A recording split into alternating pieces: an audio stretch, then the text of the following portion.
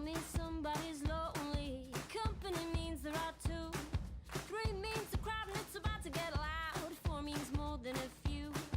5 means to take a quick little break and get back to work when you're through.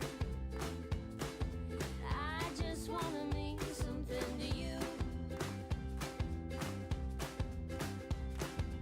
Lightning means there'll be thunder. Sun means the sky will be blue.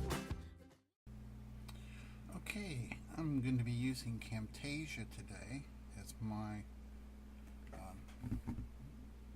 recording tool. Have been using Snagit. One of my ulterior motives in this is to learn how to screencast in a more effective way. So I'm trying different tools out. First thing that we need to do is to pull items over into the links, which I thought I'd already done, but apparently I didn't do. So let me pause this. Let me show you how I'm doing one. Just grab it and stick it over in the links for the day. Then I'm going to pause this for a minute. And so I have moved the items over. And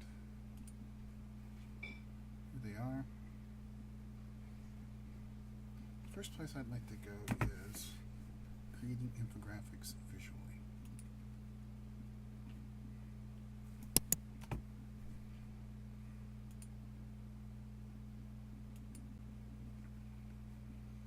You sign up for it, and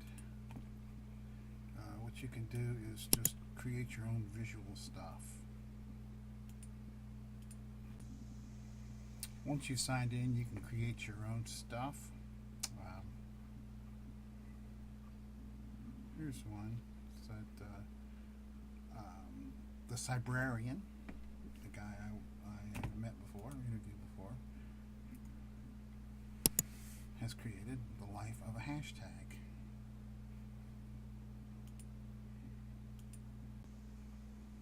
You can look here and you can see how it looks like a pretty nice tool where he studies the hashtag South by Southwest and just creates a visual representation of a lot of data.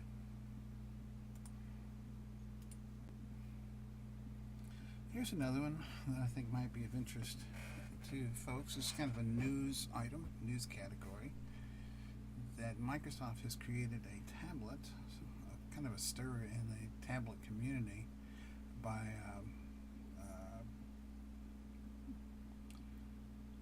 trotting out its new Surface tablet. Now this has kind of made some of Microsoft's partners mad because they also make tablets, and this is in direct competition with them. But that's never stopped Microsoft before. So you might want to be aware that these are coming out, and you might want to begin to look at them as an alternative to iPads.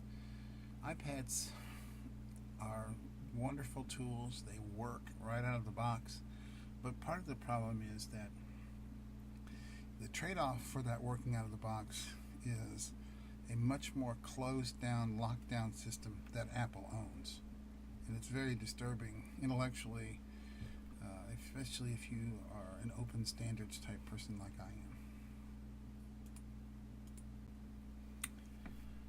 The New York Times is the gift that just keeps on giving. And if you click on this, you'll come up with a project that is quite wonderful. When they do these learning network projects, they really do them right.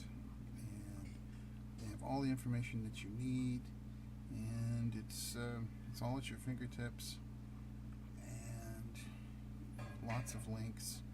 It's a good show, it really is.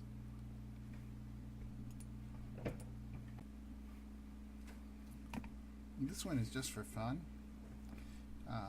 and you might be able to get a healthy competition going for this in the classroom. It's a speed reading program.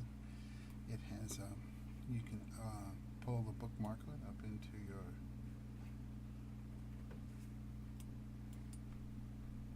bookmarklet bar. Here's the bookmarklet. Just grab it and put it up there. And when you click on it, let's go back to this page. When you click on it,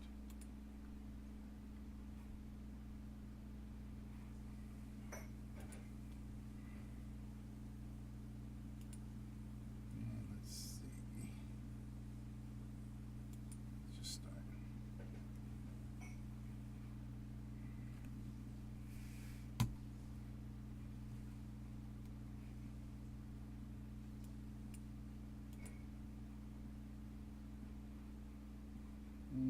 Maybe it doesn't like to work on its own site. Hold on a second. Okay, I've got it figured out now. What you're going to do is once you've put the bookmarklet up there, then you got to go to the site, and I just did the New York Times site I just showed a minute ago. I highlighted it, and then I went to, then I clicked on this, and the bookmarklet, and then here it is right here, and down here you've got settings. I'm going to click on settings. I'm going to go down just a little bit. Let's go down to 200 words per minute, and let's make the chunks, we can make the chunks 2 words at a time. Okay, I'm going to save that, and now I'm going to start.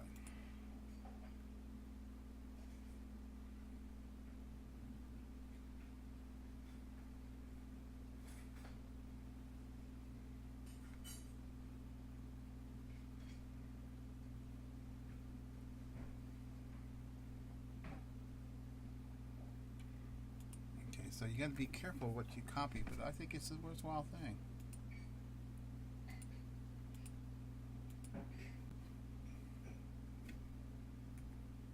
Sometimes you need special tools for figuring out where the good stuff is. And well, I'm doing a little bit of curating for you here, just helping you filter information. But this site is really excellent because it curates about good classroom apps, helps you find them. All these, IEAR.org is an excellent site. Time-saving apps, teacher time-saving apps, free apps, websites devoted to apps. So, there's so many ways that you could use this. You can use it in your personal, professional development. You can use it in the classroom. You can get students to go here and find stuff. You can get students to come here and review stuff. It's really, options are wide open. Now, if you want to up your game a little bit here, Prof Hacker is a great site to go to. It's for higher ed, but it really is for all teachers. And what I'm going to show you is something called IFT. And IFT means if this, then that. And what it does is it helps you automate stuff. Now, you read this article, and at the end of it, it seems a little discouraging. Have at it a few more times if you got the time, or make this a project you can do over the summer. This will really, really save you a lot of time and effort if you even have 1, 2, or 3 social networking places that you belong to.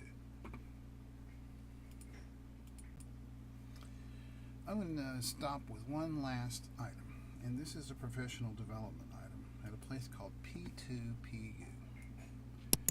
P2PU stands for Peer-to-Peer University, and these are study groups, self-teaching groups that are excellent. And these particular ones have been organized by Christina Cantrell from the National Writing Project. And part of it is this community home, the new NWP Connect, which is their way to bring all NWP sites together. And there are 3 summer sessions here at P2PU, and I'm joining 2 of them, Curating Our Daily Lives right here, and I'm also going to go to Making Writing and Literacy Connections. Now, I'm going to go ahead and go here to this one and show you what's involved in these things. And these are great professional development tools. Maybe you can convince your principal to let you use these as professional development. As you see, I've already joined up here. It's no big deal to do so. And these are people who are already joined up too. This set doesn't start until July the 9th, so it's kind of cool that these people are all ready to go. And what you do is you go through a set of tasks, and everybody works on them together and shares, and you hope it's a worthwhile project. So these are teachers teaching each other, sharing, and then taking what they learned back with them to their schools and their classrooms. It's sort of the National Writing Project model. So I'd highly recommend that this summer as a great way to learn more and to collaborate with other people, which is always a better idea, or to make new friends in other parts of the country. And you will. This is a good program. I've done several of these, and I've learned something every time. So these summer sessions here are great. Okay, there are more here to look through. This is a free iBook here. This one is for creating e-publications for kids. Howard Reingold here. He is an excellent curator. He finds cool stuff. He's always on top of things. He's a real topic setter. This is a Scoop It site that's well worth reading. All of these are excellent links if you have the time to look through them. If not, just glance through them quickly. I think they're worth it. I hope you all are having a great week. Remember to call me, talk to me, get in touch with me. And I'm trying to get everybody's email so I can send stuff back to you. Thanks a lot. And it's been a real pleasure doing these for you. I'm going to keep doing them even if nobody looks. But I hope you do. Thanks a lot.